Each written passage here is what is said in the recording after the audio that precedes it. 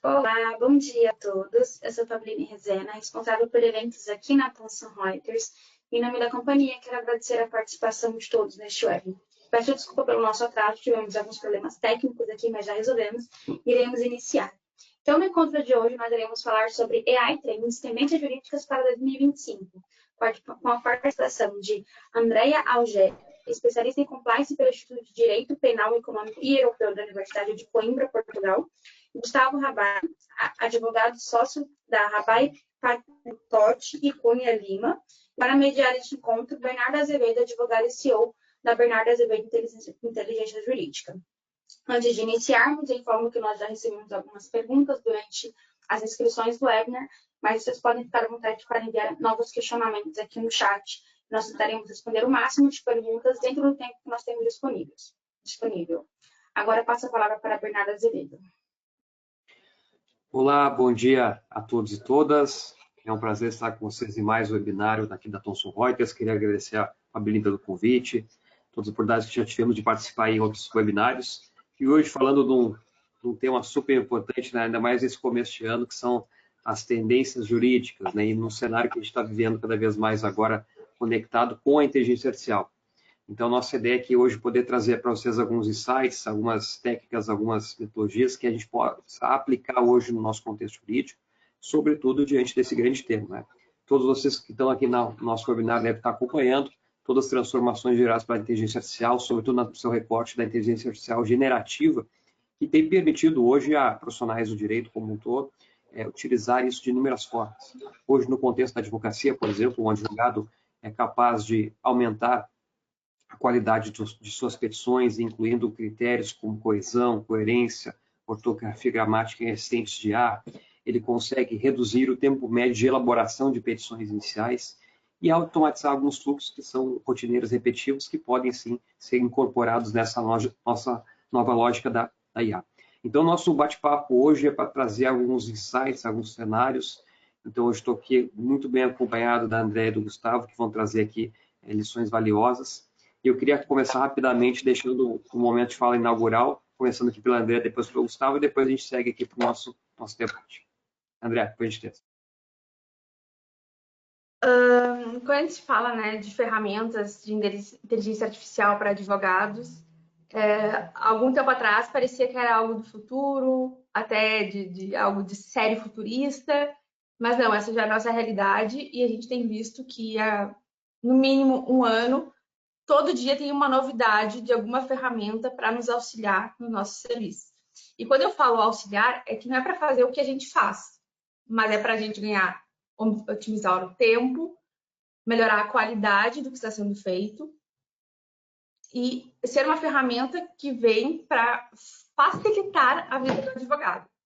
Então, nesse momento, né, que a gente utiliza a inteligência artificial e ela é algo benéfico, né, não só para nós advogados, como para todos do judiciário, porque a gente vê a tendência que está tendo nos próprios tribunais de criarem suas próprias IAs. Então, é algo que não tem que se pensar se pode ou não, é uma realidade já. O que a gente tem que pensar é como utilizar essas ferramentas respeitando fazendo um bom compliance, fazendo uma boa proteção dos dados dos usuários e respeitando realmente a transparência. Então, um juiz que utiliza uma ferramenta artificial, isso está mais do que certo. A gente precisa disso até pelo grande volume que no judiciário existe. Mas qual é a transparência disso?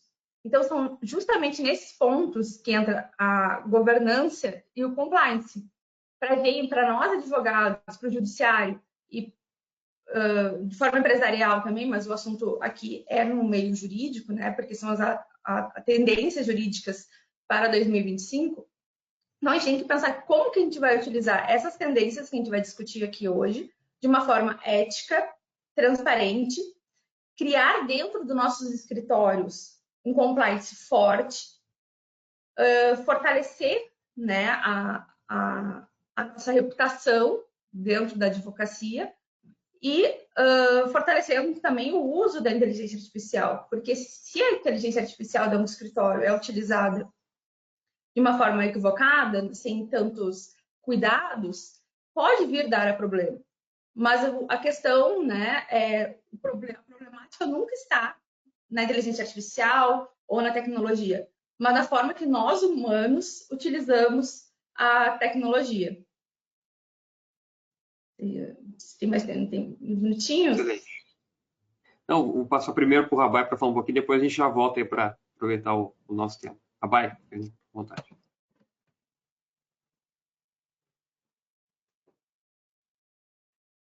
Pessoal, me ouve bem agora? Me bem? Pessoal, bom dia a todos. É uma satisfação imensa estar com vocês aqui. Tá? Especialmente com duas pessoas que eu admiro bastante. André, que eu tenho a oportunidade de conhecer agora recentemente, mas já estou acompanhando o trabalho dela. Alguém que eu acho que pensa na vanguarda, né? Sempre está pensando numa visão de futuro, mas construindo agora o futuro. Eu acho que é uma característica comum desse grupo aqui, que nos une. E com o Bernardo Juliano, que aí eu sou suspeito para falar, porque além de amigo, também sou seguidor, sou admirador, né? E ele é nosso guru, né? Embaixador da Legal Mind, de todos os projetos que a gente toca, ele sempre é parceiro de primeira hora. É uma grande satisfação estar aqui com vocês para discutir esse tema, falando no contexto geral das tendências para 2025, e a gente sabe que a IA ela deslancha, ela desponta como uma necessidade real.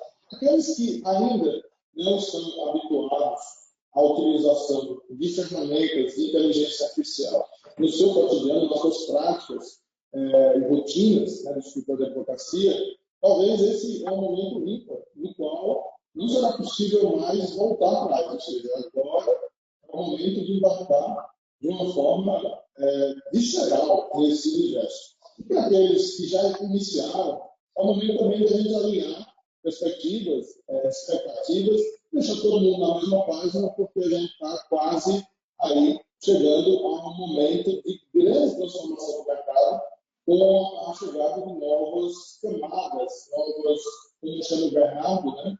Novas dimensões e novas ferramentas que vão revolucionar literalmente a forma como nós fazemos tudo. E aí, obviamente, que vai afetar também nosso dia a dia como advogados, vai facilitar muito, vai trazer muita dinâmica e também traz, como falou o André, alguns pontos de atenção. Então, estamos aqui para compartilhar ideias positivas, né? Ou seja, nossas expectativas para o bem e também alguns alertas, alguns pontos de atenção com relação à má utilização, né? Uma utilização não responsável, não transparente da IA, que a gente deve evitar para não ter maiores dores de cabeça. Mas no momento eu posso dizer a vocês que é de um entusiasmo raro, acho que nunca viu antes, em relação à potencialidade de pequenos atores, de advogados autônomos, de pequenos escritórios, hoje conseguirem performar tão bem quanto os escritórios de médio e grande porte. Então, deixo aqui minha saudação inicial com muito otimismo.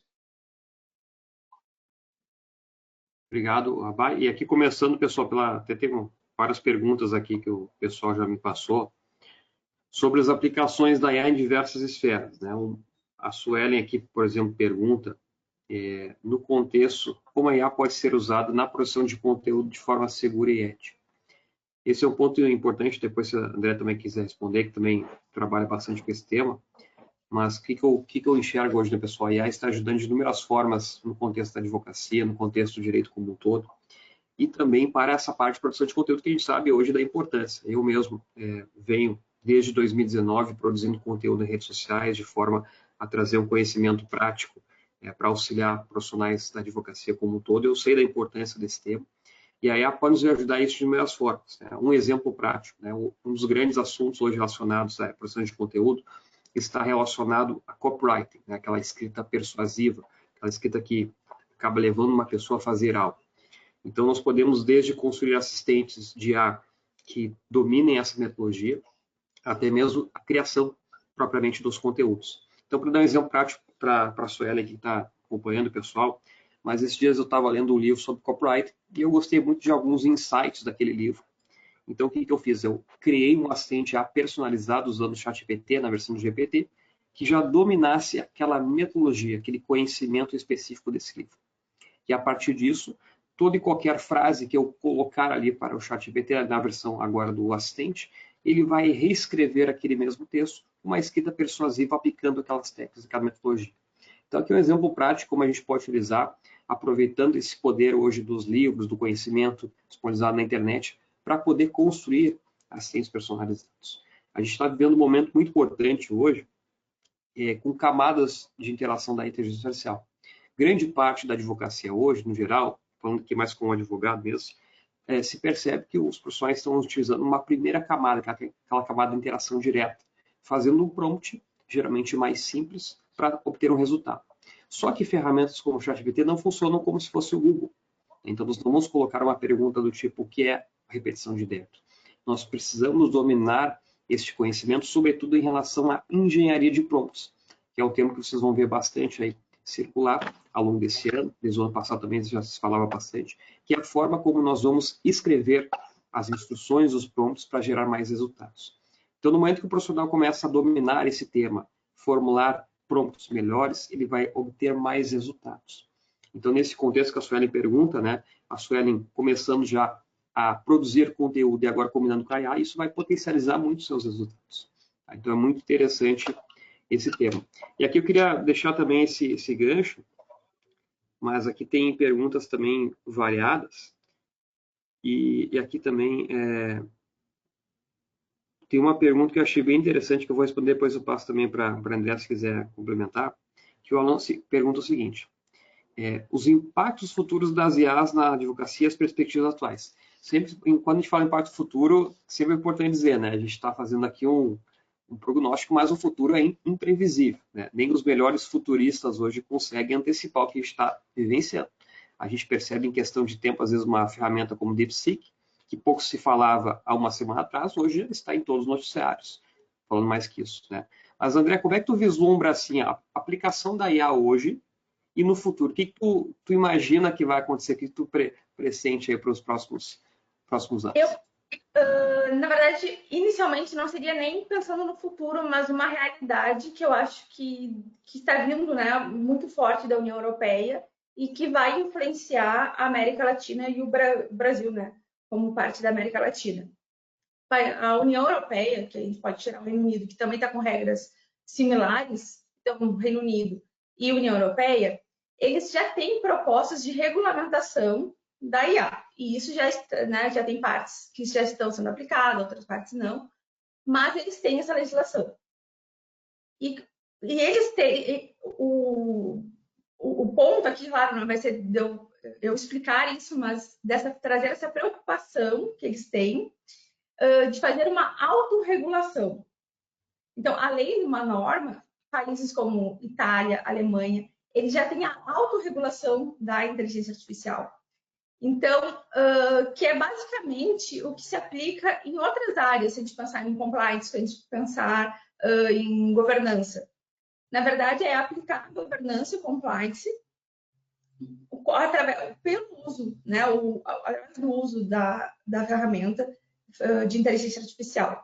Então, eu acho que não seria algo do futuro, já é algo que existe muito forte, principalmente na Itália e na Alemanha, tem o objetivo de, bom, a gente precisa continuar avançando na tecnologia. E estamos, né? Como o Bernardo falou. Eu não sei, eu não consigo, mesmo estudando muito assunto, eu não consigo prever o que vai acontecer semana que vem, né? Como a gente foi surpreendido essa semana. Pelo menos eu fui surpreendida, né, com o que aconteceu semana passada. Não estava esperando isso acontecer de forma tão rápida. Então, a velocidade que se tem andado, uma norma jurídica não vai conseguir acompanhar esse avanço tecnológico. Então, o que eu diria, né, que seria o futuro, pelo menos da América Latina e do Brasil, seria, ao utilizar uma ferramenta tecnológica de IA, enfim, qualquer ferramenta dentro do meu escritório, eu tenho que fazer essa autorregulação para que as coisas funcionem e sejam de forma transparente, éticas e de fato, né, fazer essa promoção da inovação, da tecnologia, do mercado, né? A advocacia, o mercado da advocacia precisa estar mais tecnológico.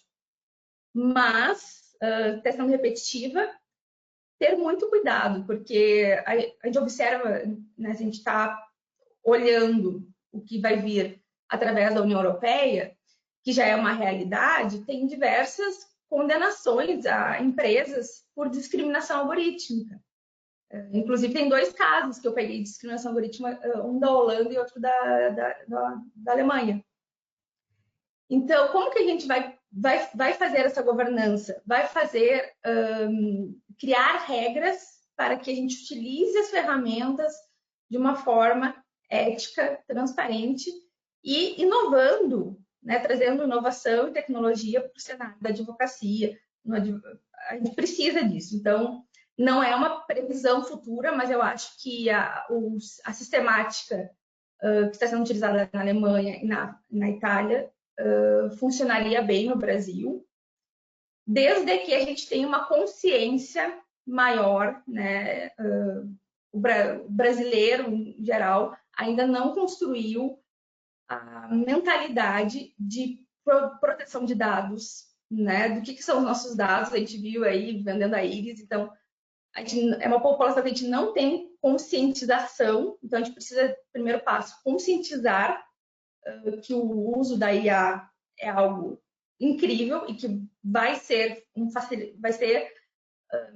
realmente modificar o que a gente considera hoje como advocacia, como o judiciário consegue o número de sentenças, a forma de sentenciar, vai modificar o judiciário.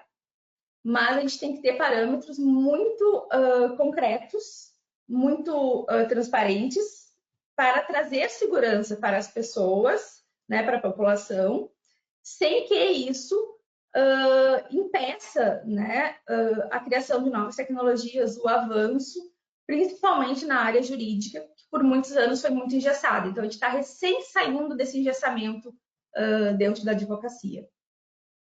Quando tu falava, André, eu me lembrei daquele livro, o famoso livro O Tempo do Direito, né, que traz aquela ideia de que o direito nunca acompanha o tempo social, a velocidade dos avanços tecnológicos. E a gente está percebendo claramente isso agora no contexto da IA.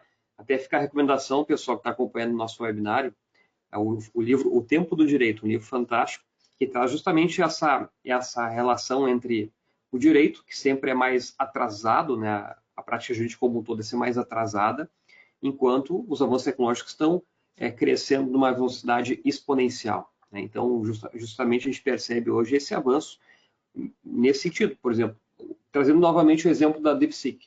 É uma ferramenta que está sendo construída, claro, nos bastidores, a gente não percebe, mas questão de um dia de notícias, ela realmente toma uma proporção absurda, uma proporção que todo mundo fica até surpreso.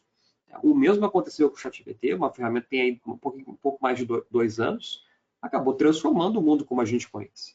Hoje, grande parte da advocacia já está utilizando, ainda que, como eu falei, naquela primeira camada mais da interação direta, mas já está utilizando e enxergando esse potencial. E nesse sentido mesmo que até um colega que pergunta, o Enoque Assis pergunta, como a IA pode automatizar o escritório de advocacia? E até um tema que depois eu vou falar rapidamente, depois passo para o Rabai. Mas o que se percebe hoje, pessoal? A gente já tem a possibilidade de criar assistentes de IA hoje sem saber lógica de programação.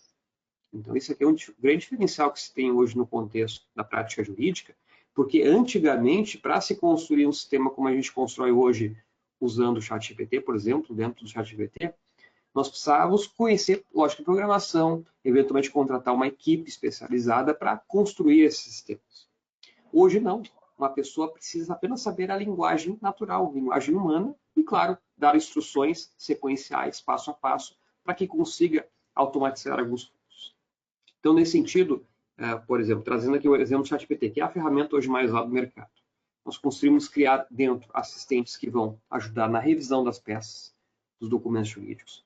Nós conseguimos construir assistentes que vão nos ajudar na análise de documentos diversos, contratos, termos de uso, política de privacidade, uma série de possibilidades, trazendo para o contexto da proteção de dados, esses vários documentos necessários, né, que compõem hoje esse rol de documentação. Nós conseguimos criar sistemas que já fazem uma carta para o cliente, um documento, uma redação. O que até aqui já tem antecipando uma tendência que eu vislumbro, pessoal que está nos acompanhando aqui de casa também, eu vislumbro um grande potencial de que a profissão jurídica, sobretudo a advocacia, o advogado não mais formule as petições no futuro, mas ele se atenha ao trabalho de revisão da peça. Isso eu já tenho falado até em alguns ambientes. Por que isso? Porque nós já temos formas hoje de construir uma petição, o esboço dela, o rascunho, a primeira camada, usando a IA, e caberia ao profissional o papel da revisão. Então, o trabalho de revisão propriamente dito. Porque eu não consigo vislumbrar um futuro no qual o profissional não vai revisar a peça. Acho que sempre vai ser necessário fazer uma revisão, olhar o documento, comparar se está tudo adequadamente com o documento. Agora, a escrita, a redação em si, isso tem se transformado. Então, cada vez mais os advogados estão alocando para a máquina essa tarefa e vai caber a eles, então, a parte da revisão. Rabai quer complementar, quer falar um pouco? Pessoal, vamos lá. Estão conseguindo me ouvir? Estão me ouvindo bem? Troquei aqui o microfone, estava dando aqui uma interferenciazinha, mas eu acho que o momento agora é um momento de grandes reflexões sobre o nosso papel como advogados. Acho que até voltando um pouquinho ao que a própria Andrea estava falando, a gente tem que ter um pouco mais de visão crítica, né? Porque a tecnologia nem é boa, nem é má, mas a tecnologia também não é neutra. Concordam? Ela, de alguma maneira, é uma extensão nossa, e aí tem autores brilhantes como Kevin Kelly que falam que a tecnologia é uma extensão da natureza humana. Não tem mais nada de natural. Então, praticamente, a gente está falando hoje, né, no novo domínio da cultura humana. E aí, quando falam que a inteligência artificial não tem... só estou perguntando aqui para o Bernardo se ainda o som ainda está ruim, Bernardo? Que você estava falando que tava... Para mim tá bom, para mim tá bom. Escutando super bem. Tá ótimo, então. Então, essa grande perspectiva que a gente está tendo hoje, ainda de certa maneira, é de um certo neoludismo. Então, como disse a André, tem como voltar atrás mais, né? A gente sabe que daqui para frente a gente vai precisar de usar essas ferramentas de uma forma indiscutível, inexorável. Agora, a forma como a gente vai fazer isso é que é exatamente o ponto agora em que a gente vai ter que fazer essas perguntas e voltar um pouquinho antes. A gente já sabe, como o próprio Bernardo salientou, que a gente vai poder reduzir o tempo na elaboração de petições, a gente vai poder, com isso, elevar também a qualidade da redação jurídica, do raciocínio jurídico. Hoje eu consigo conversar com meus sócios, mesmo sem eles estarem presentes, né? Porque tem questões que eu não posso passar por cima, eu tenho que, primeiramente, tabelar com eles. E aí, óbvio que a cada dia que passa, é mais difícil conseguir um horário comum para todos. E aí, cada vez mais, a gente vai tendo menos tempo de se reunir, mas eu estou me reunindo com os avatares, né, virtuais dele. Ontem eu estava vendo um post interessante de um profissional de marketing jurídico, que ele estava fazendo uma emulação, estava simulando um chat, né, um GPT que ele falava como Tyler Durden, do Clube da Luta, o personagem lá do Brad Pitt, construindo tudo, criticando tudo. Achei super interessante que ele não tinha filtro, né? E a gente precisa isso no escritório, até para elevar a qualidade, para criar cada vez mais fluxos automatizados. E a gente precisa também de conversar sobre essa engenharia de prompt responsável. A gente precisa fazer, sobretudo, pessoal, hoje, benchmarking, né, dos cases, ou seja, como é que está a gestão e a atuação jurídica de escritórios que já abraçaram esse futuro. Equalizar ali um pouco as ofertas, né, as rotinas que o escritório já hoje consegue fazer, tendo em vista movimentos de mercado. Até pouco tempo atrás, eu percebia que o judiciário estava muito mais à frente do que os próprios escritórios privados. Cada vez mais robôs, cada vez mais soluções, e nós, da advocacia, estávamos ficando para trás. E o Jack Welch tem uma frase que eu gosto muito, que é: quando o mercado está mais rápido do que a corporação, mais rápido do que a firma, alguma coisa está errada e o fim está próximo. E é exatamente isso que faz que a gente não possa ser neoludistas. Nós não podemos ser mais como aqueles caras do início do século diziam que a máquina de escrever vai acabar com a profissão do escritor, ou que o computador, o e-mail, né, a internet vai acabar com uma série de funções. Muito pelo contrário, a gente teve essa explosão toda graças a isso. E aí um ponto que eu queria deixar aqui como provocação para a gente continuar nesse sentido é que nesse momento da gente fazer benchmark, nesse momento que a gente está tentando colocar todo mundo mais ou menos na mesma página, a partir dos principais cases de outras firmas, de outros profissionais com adoção racional da IA, a gente precisa também ter um IA jurídica, né? A gente precisa também criar, talvez, não uma única ferramenta, não vai existir talvez uma ferramenta definitiva, mas nós podemos combinar, nós podemos fazer uma curadoria de ferramentas que vão ser úteis em diferentes perspectivas do escritório, desde a produção de conteúdo, como foi lá a pergunta, acho que da primeira pessoa que o Bernardo trouxe, da Suelen, né? E também falando aí dessa pergunta do Enoch, que ele trouxe agora, como a IA pode automatizar o serviço do escritório de advocacia, ela pode automatizar tarefas desde triagem de casos, elaboração de peças, análise de jurisprudência, geração de contratos e atendimento ao cliente com chatbots, reduzir aí o tempo gasto com as atividades operacionais, gerar mais receita, diversificar áreas de atendimento. Mas eu também achei interessante uma pergunta do Guilherme Silveira, quando ele fala que ele achou interessante uma profissional que atua com IA, mas também com criptoativos.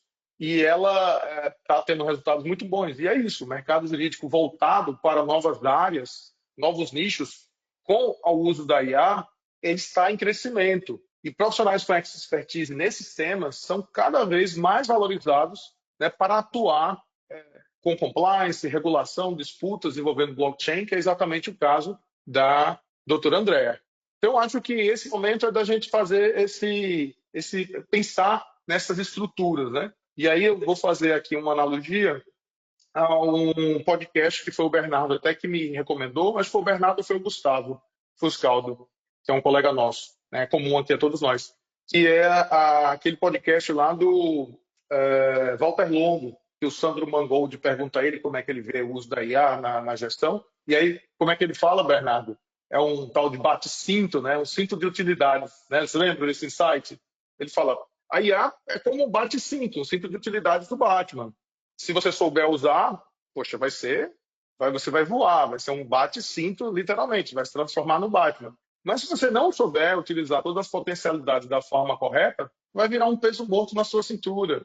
Então, acho que basicamente é isso, a gente saber como utilizar e como tirar o melhor proveito e, claro, sabendo que a gente sempre vai estar por aqui para fazer essa curadoria, essa revisão, essa supervisão, esse olhar humano crítico que tem que haver, porque senão aí a gente também vai perder a posição para o operator, para o deep search, research, daqui a pouco para os agentes. E a gente, vamos falar daqui a pouquinho sobre os agentes. Estou aqui dando um spoiler, mas o Bernardo deve falar um pouquinho ainda sobre a agentificação daqui a pouquinho.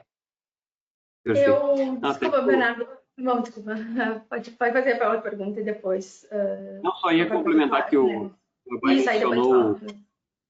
mencionou o Kevin Kelly, que é um autor fantástico também, que eu recomendo que o pessoal esteja aqui comece a ler também, caso não tenha lido.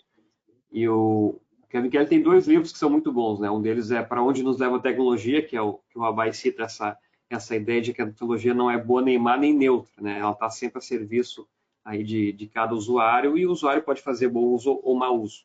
O mesmo vale para a analogia do cinto do Batman. Então, se a pessoa souber utilizar corretamente, ela vai ter todos aqueles recursos, aquelas habilidades. Caso não consiga, também não vai poder aproveitar.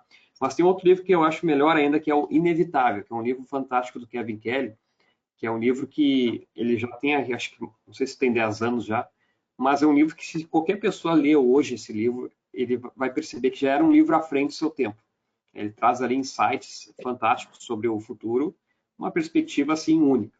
E nesse livro ele tem uma frase que me chamou muita atenção, que ele fala assim: você chegou bem a tempo. Né? Tem uma frase muito marcante do livro, que é justamente para simbolizar que hoje, pessoal, muito embora quem esteja aqui acompanhando essa live, aqui, esse webinar, não conhecesse nenhum desses temas, nenhum desses assuntos, sempre dá tempo de começar a aprender sobre isso.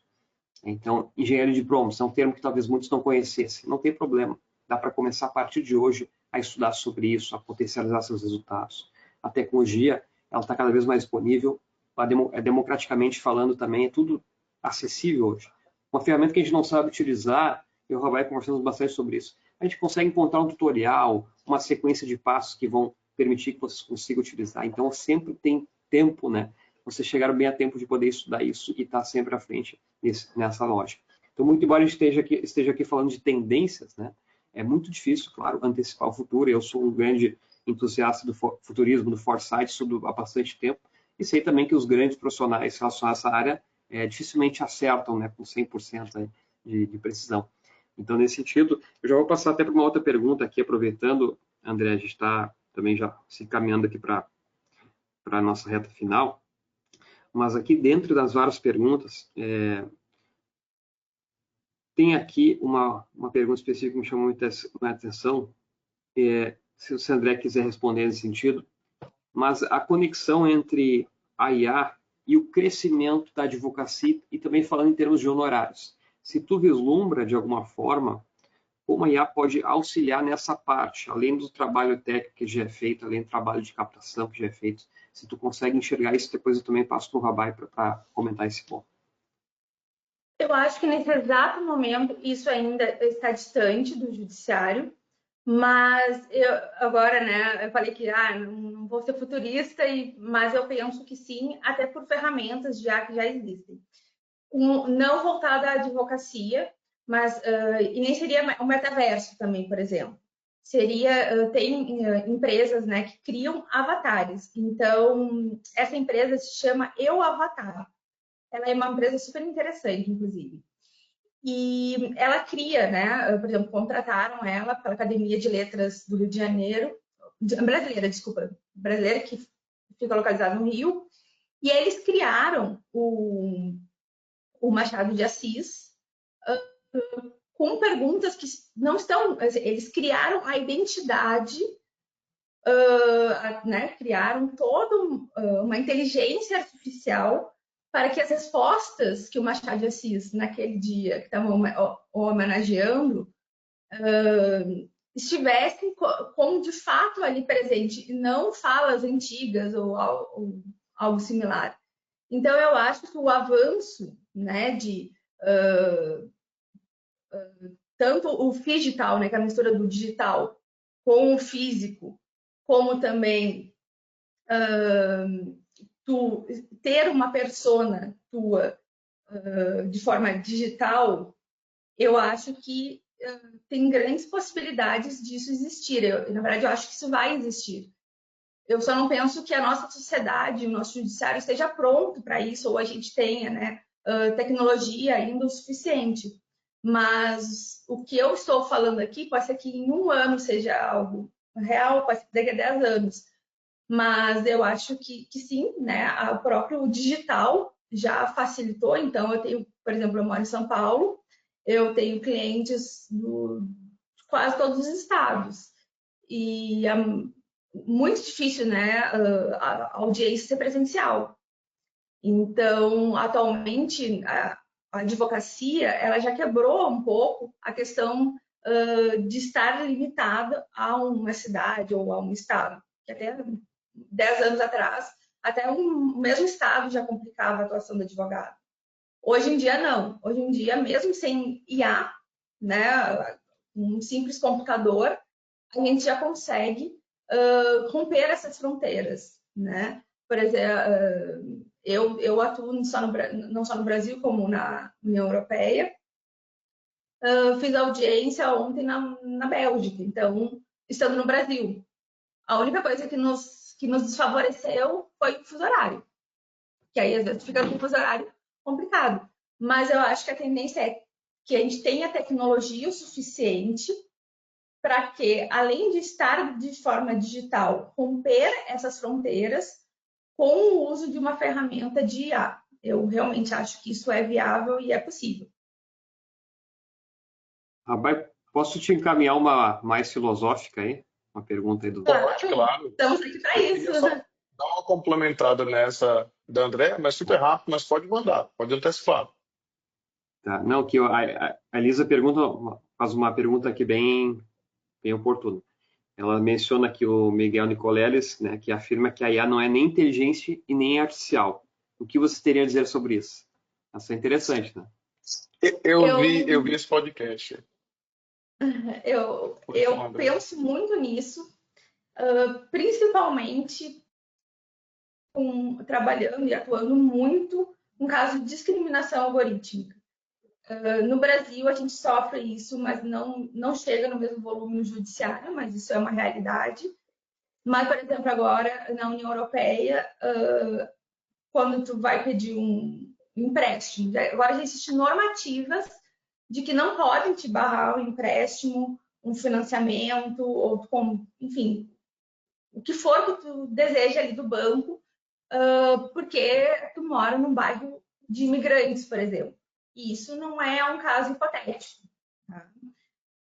Um outro caso que foi um erro da máquina, diria, será que foi da máquina? Não, somos nós humanos que estamos treinando de forma equivocada a IA. A gente está fazendo algoritmos com os erros e com os nossos preconceitos que a gente já tem formado. Então, por isso que quando a gente cria programadores para uma IA, precisa ter uma diversidade, justamente para romper esses problemas que já existem. Então, né, a Bernardo falou, é algo que vem na minha mente sempre que chega um caso desses. As pessoas falam, não, o problema é a IA. Não, o problema não é a IA. O problema somos nós humanos, que não estamos sabendo utilizar bem. Porque a ferramenta, ela foi muito... Ela proteger ali o banco, proteger a imobiliária.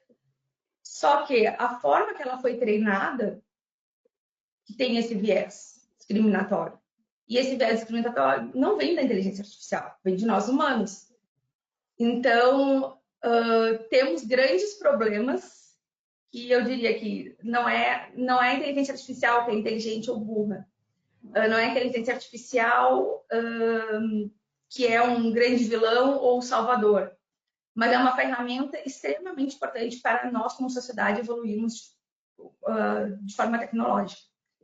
Então, por isso que aí eu volto um pouquinho no que eu falei antes. Por isso que a gente precisa de ter princípios muito bem construídos sobre ética, sobre compliance, sobre gestão de riscos. Então, dentro de um escritório, né, como o Bernardo falou, qualquer advogado consegue atualmente criar o seu próprio GPT, mas vai botar um contrato direto do teu cliente ali, com todos os dados dele dali. Tu tem que fazer análise de risco. Isso é compliance. Então, acho que às vezes eu posso estar falando compliance, gestão de risco, e não ficar tão claro para quem está nos ouvindo o que Falhou seria um pouquinho isso. aqui, tá? Oi, desculpa.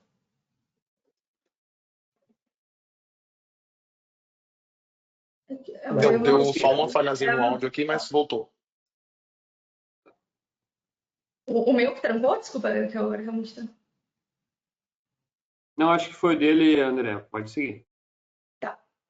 Não, então eu já estava concluindo realmente nesse sentido que eu acho que é bom também trazer exemplos concretos para que não fique só uma teoria, né? Do que eu tenho que aplicar uma governança no meu escritório. Não vou aplicar isso, nem sei, né, direito o que é isso. E aí vamos falar a nossa realidade como advogados. Nós administramos, nos preocupamos com o financeiro, somos uma parte intelectual, prospecção. Aí chega, né, vou para um webinar para aprender IA e me colocam mais um fardo na minha mochilinha.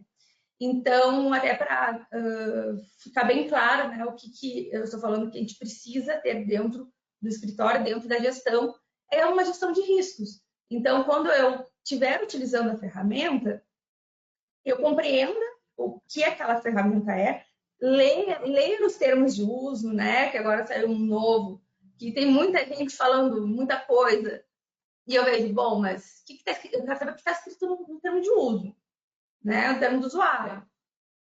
Está de acordo com o meu país? Porque a Itália vetou, mas aí a vetação está de acordo com a Itália.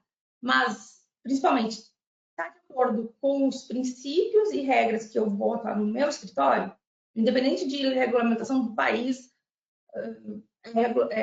a forma, né, que eu vou lidar com os riscos do uso da ferramenta porque eu vou utilizar a ferramenta. Mas eu tenho que ter essa gestão de riscos. Eu não vou colocar. Eu quero uma ajuda, né? Como ela falou, para fazer uma contra-razões extremamente rápido. Eu vou botar ali, mas tem dados. Depois eu vou corrigir, vou fazer a parte intelectual humanizada e depois vou colocar os dados dos meus clientes. E um ponto também que entra, até uma normativa que saiu da OAB, que pode ser um pouco complicado, mas entra, na minha opinião, na questão de transparência, se o advogado utiliza qualquer forma de inteligência artificial, deve colocar no contrato. Não é uma norma, né? Não é uma lei, é uma normativa para orientar os advogados com o uso da IA. Então, explicar, olha, a gente utiliza, porque todo mundo, de qualquer idade, hoje em dia, que tem um celular, eu diria que no Brasil, grande parte da população não precisa ser jovem, eu me colocando como jovem, tá? Eu me enquadro ainda como jovem na minha cabeça, mas se a gente pegar a geração dos nossos pais, dos nossos avós, talvez alguns avós, mas de resto, tudo utiliza de alguma forma uma ferramenta de inteligência artificial. Então, não faz sentido chegar uma normativa dizendo, não, os advogados não podem utilizar. Não, vai ser utilizado. Então, eu achei bem interessante essa narrativa. Tem que dar encaminhamento para o Rabai também, porque a gente já está nos minutos finais. Não, claro, desculpa. Então, eu só queria que o Rabai respondesse aquela do Miguel Nicolelli e também que o Rabai falasse um pouquinho sobre a grande tendência deste ano da IA, que é a agentificação, agentes de IA, né, ou IA agêntica. Tem várias nomenclaturas hoje, mas que o Rabai desse já um overview desse tema para a gente poder já se encaminhando para os minutos finais. Bom, maravilha, pessoal. Bom, eu me filiu aqui a tudo que a André falou. Achei muito importante ela pontuar essas preocupações, né? Como eu chamo, os pontos de atenção às vezes são mais importantes do que uma adoção, enfim, muito rápida, porque tudo muda muito rapidamente. Vocês viram semana passada a discussão sobre Deep Search, sobre DeepSeek. Essa semana já vão ter outras novidades. A gente está na terça, até sexta-feira a gente vai ter novidades que são literalmente mind-boggling, né? Assim, que vão bugar nossa mente, né? Não somente mind-blowing, mas mind-boggling. E a gente percebe isso nesse podcast lá do Nicoleles. Eu assisti, inclusive, esse podcast. Ele fala que, de uma maneira geral, a IA não pensa como seres humanos. E é verdade. Poderia pensar como infantes, né? Seres humanos em informação. Ela apenas processa dados e padrões. E o termo inteligência ele pode ser muito questionável, mas a sua capacidade de aprendizagem e automação é inegável. Vai chegar um ponto em que a automação, a repetição, a aprendizagem profunda, né, o deep learning, machine learning, enfim, todos esses temas vão, de certa maneira, chegar muito próximas de uma fronteira ali com o raciocínio humano. Mas aí tem também uma discussão paralela, que é a singularidade tecnológica, lá que defende o Raymond Kurzweil, que a gente vai ter, de certa maneira, em 2029, né? O Kurzweil, assim como o Bernardo falou, a gente não tem como prever tão assertivamente o futuro, porém, o Kurzweil é tido como um daqueles que tem o maior percentual de acerto, né, de acurácia. Foi o guru do Bill Gates, previu muitas coisas como a queda do Muro de Berlim, né, exatamente quando, a ascensão da internet, a ascensão da IA, coisas como o Deep Blue, um computador vencer o maior enxadrista da Terra. Então, o Kurzweil fala que a gente vai ter essa singularidade e isso é assustador também, porque a discussão sobre a natureza ela está aberta na academia, está aberta na arte, mas a gente tem que ver os casos concretos, né? E aí quando alguém pergunta, né, essa outra pergunta que foi anterior, como a IA pode auxiliar minha atuação para o crescimento de honorários? Eu acho que aí a gente tem um ponto, né? A gente está usando o Word, está usando o navegador da internet, está usando as redes sociais, a gente está usando também algumas ferramentas de IA. E essa IA pode ajudar desde a captação de clientes, automação de marketing, né? Captação de leads, a precificação dos serviços com base em análise de mercado e na redução do tempo gasto com tarefas burocráticas, permitir mais dedicação a casos estratégicos e rentáveis. Então, além das formas de auxílio de captação direta, a gente também tem as outras questões indiretas, né? Como, por exemplo, o uso da jurimetria. A gente pode fazer a previsão de resultados e até tomada de decisões estratégicas, do tipo nós não vamos mais atuar nessa área. Há pouco tempo atrás, eu vou dar o exemplo do nosso escritório, nós estávamos focados somente no consultivo. Agora a gente está voltando ao contencioso graças à IA. E há tempos atrás, há pouco mais de 3 anos, eu dizia, nunca que a gente vai voltar para o contencioso, não vale a pena. Consultivo é muito melhor, compliance é muito melhor, enfim. E a gente hoje, né, eu estou pagando a língua. Ano passado, em 2024, a partir do finalzinho de 2023 e o ano passado inteiro, nós fizemos as pazes de novo com a advocacia contenciosa, com litigância estratégica, que a gente não estava mais com tempo de fazer. Agora mesmo a gente está entrando com uma demanda contra o Solgov. Depois eu vou conversar com vocês em outra oportunidade sobre isso, que está vendo venda de dados e tem pessoas famosas, hein? Pessoas famosas da área de proteção de dados vão sendo vítimas de empréstimos com a criação de linhas telefônicas, com a criação de contas bancárias, tudo a partir de dados vazados e de falhas no sistema dos órgãos públicos para autorizar, inclusive, empréstimo consignado. Então, tá assim, isso só é possível da gente parar para pensar em ajudar as pessoas no coletivo, graças à IA. Então, como eu estou dizendo, a gente está assim, novamente com a advocacia romântica no colo, e a gente está novamente na lua de mel com a possibilidade de fazer mais, fazer melhor. E aí, obviamente, que isso significa mais ganhos, né?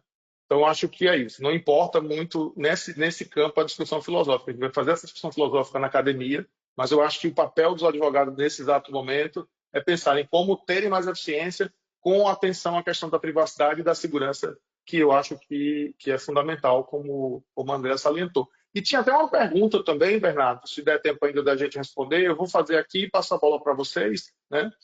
Que é a Iana, que falou sobre acerca da segurança das informações através das IAs, e aí a segurança, obviamente, depende da ferramenta usada. É muito importante garantir que a IA ela siga normas de proteção de dados, né, para evitar informações sigilosas aí, cair em sistemas abertos, e a gente sempre optar por soluções que garantam criptografia, que permitam uma governança eficiente. Então, acho que a gente está muito alinhado nesse ponto. Eficiência, por um lado, segurança e privacidade do outro.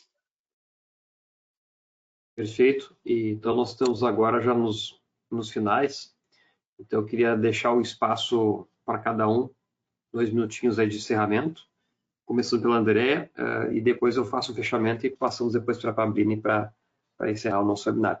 Andréa, então, com as considerações finais, o que tu vislumbra aí para os próximos meses, anos, o que tu imagina aí, como é que nós vamos usar todo esse potencial aí na prática? Concluindo, né, a nossa conversa, esse webinar, que eu acho que foi super interessante, também aprendi com vocês. Então, muito obrigada pelo convite, foi um grande prazer participar. E para finalizar, assim, eu digo que eu não tenho nenhum tipo de dúvida de que o nosso presente e o futuro está com a inteligência artificial.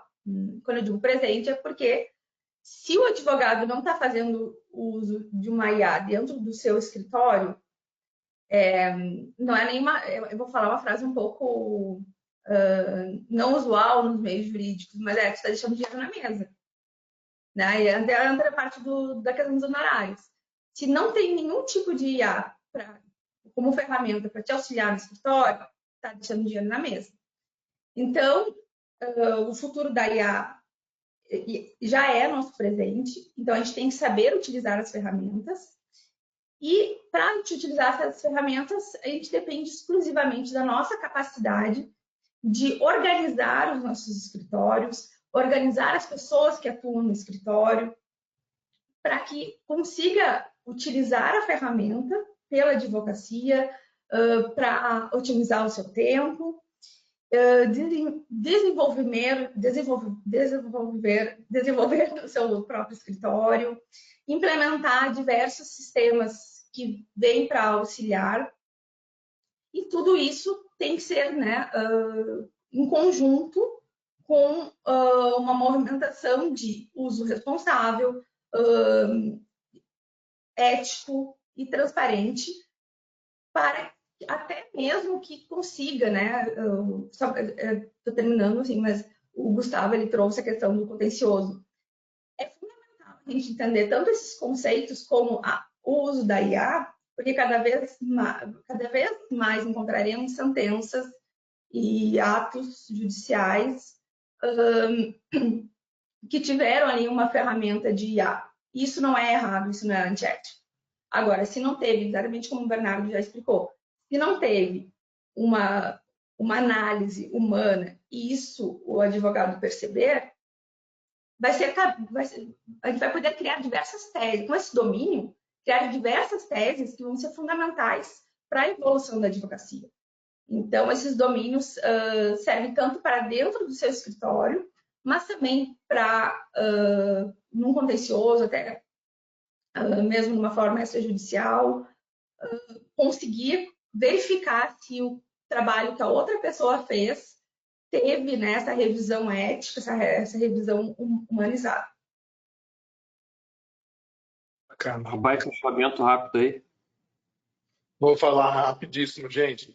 Bom, só para pensar nessa lacuna que a gente tem ainda hoje entre tecnologia e setor jurídico, com uma imagem que talvez vocês reconheçam muito bem, que é a questão de que, durante os 5 anos de faculdade, pouco se fala em inovação, pouco se fala em gestão, né? Quando você vai assumir a história de advocacia, é que você percebe o mundo que é você ter que tocar o escritório na parte de gestão, na parte, assim, como empreendedor, e que não é somente domínio jurídico, não a técnica jurídica. A IA ajuda nesses dois flancos de atuação. E se havia essa percepção que agora se torna real, de que a gente precisa saber de gestão, dominar as ferramentas de gestão, também a gente sabe que a gente vai agora ter que também ter mais eficiência, produtividade e atenção para as novas ferramentas como verdadeiros técnicos, né? Também de IA. Já tem até um cargo, eu fico sempre brincando, lembrando disso, que é o Caio, né? Que é o Chief Compliance Officer, né? O Chief Artificial Intelligence Officer, o Caio. Então é como se fosse um chefe de compliance só voltado para a governança de IA nos escritórios, nas grandes empresas, está começando a discutir cada vez mais isso. E aí eu enfatizo bastante que é possível, dentro dessas mudanças práticas, até que o papel da IA realmente possa trazer democratização e acessibilidade à justiça, tornar a tecnologia cada vez mais acessível para as pessoas que têm dificuldade.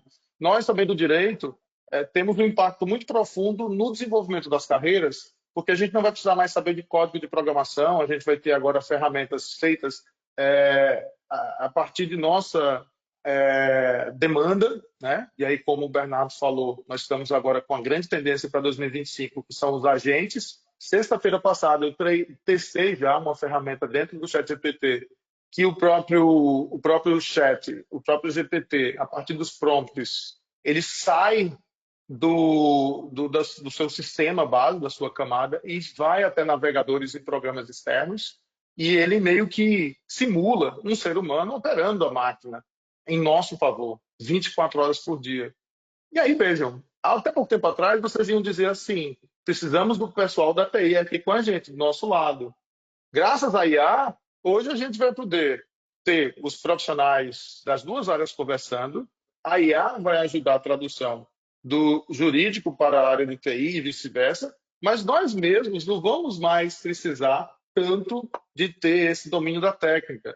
Os projetos de disputas, eles envolvem, além das regras estanques, extraídas da legislação, dos códigos jurídicos, dos códigos de conduta, agora temos os códigos de programação. Eles já comandam essa nova economia digital. E o design de projetos em Web3, as disputas instaladas hoje, elas exigem, né, a nova internet, a nova economia digital, com cripto, com IA, elas exigem profissionais que se envolvam com a parte técnica dos projetos. Não existe mais somente a parte jurídica. Agora a parte jurídica tem que acompanhar a parte técnica e vice-versa. E aí a pergunta que eu deixo é, será que a IA é uma ameaça ou um aliado para o advogado? Então, eu acho que se a gente começa a pensar assim, a gente desmistifica muitas das reservas, né, que os neoludistas têm ainda sobre o uso da IA. Mas eu diria que é inevitável a gente abraçar essa realidade agora, e aí as tendências para esse ano são, eu diria, assustadoras. A gente estava falando de DeepSeek semana passada e de crise de credibilidade de Wall Street, crise de credibilidade do setor de tecnologia. Hoje a gente está falando do Operator, do ChatGPT Pro, que está chegando para revolucionar. E em breve a gente vai ter os agentes jurídicos, ou os agentes de IA, de uma maneira geral, fazendo com que nossos dias possam voltar a ter 24 horas, para que a gente possa continuar a ter férias, para que a gente possa continuar a ter vida social. Não é nada mais do que isso, não é a gente vai perder as posições do emprego, né? Não, a gente vai voltar a ter vida, que esse mundo digital, esse frenesi digital, acabou que meio que deixando sem separação. A gente trabalha em tempo integral no digital. A gente não tem muita separação entre vida social, vida privada e o digital. E graças à gentificação, a gente vai poder, nós teremos uma segunda chance para equalizar esse gap aí, essa dificuldade, esse abismo, né, que se criou. Mas é isso, gente. Se me deixar, Bernardo já sabe, André também. Se me deixar, Fabrinho, eu falo até amanhã de manhã. Então, como é que se diz? Vício de professor velho, tá, pessoal? Excelente. Pessoal, queria agradecer aqui a oportunidade da Thomson Reuters de estar participando desse webinar com vocês. Obrigado, Fabrini. Foi um prazer estar com vocês aqui nessa manhã. A gente percebe que o tema é muito enriquecedor e também inquietante, né? A gente fica com muito mais perguntas do que respostas.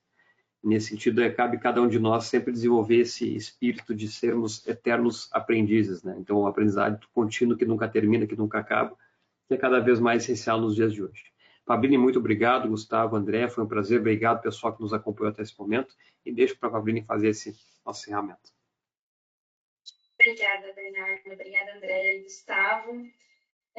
Realmente, o que o Bernardo comentou, acho que esse é um tema inquietante. As pessoas realmente gostam sempre de ouvir mais sobre, aprender mais sobre, entender como colocar isso em prática na sua rotina, como isso vai modificar e transformar, né, a sua prática jurídica. Acho que é um tema muito relevante, importante a gente entender também o que vem por aí, né? Então, 2025, acho que foi um webinar e um conteúdo que, de fato, vai agregar muito para a rotina dos advogados.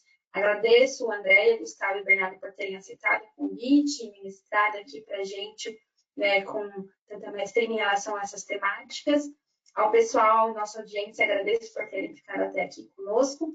Essa gravação vai ficar disponível em alguns dias no site da Thomson Reuters, www.thomsonreuters.com, e eu vejo vocês no próximo webinar. Obrigada, pessoal, e até breve. Eu agradeço o convite. Até a próxima, pessoal. Obrigada, gente. Até mais. Bom dia.